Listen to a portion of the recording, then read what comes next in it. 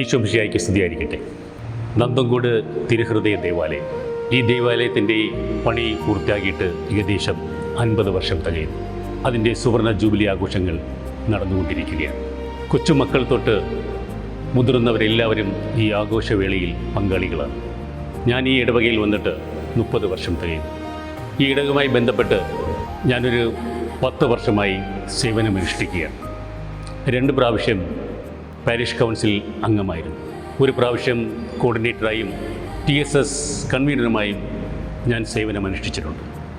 ഈ സുവർണ ജൂബിലി ആഘോഷിക്കുന്ന ഈ വേളയിൽ ഈ ദേവാലയം പണി കഴിപ്പിച്ച സമയത്ത് ഇതിനുവേണ്ടി സേവനമനുഷ്ഠിച്ച ഒരുപാട് ഇടവക ജനങ്ങളുണ്ട്. അവരെയെല്ലാം ഈ സമയത്ത് ഞാൻ ഓർക്കുന്നു. ഈ ജൂൺ 28-ാം തീയതി ജൂബിലിയുടെ സമാപനം നമ്മൾ ആഘോഷിക്കുകയാണ്. ഈ ജൂബിലിയുടെ വിജയത്തിനായി നിങ്ങളുടെ സഹകരണവും പ്രാർത്ഥനയും വേണമെന്ന് ആശംസിച്ചുകൊണ്ട് ജൂബിലിക്ക് വേണ്ടി എല്ലാവിധ മംഗളങ്ങളും നേർന്നുകൊള്ളുന്നു.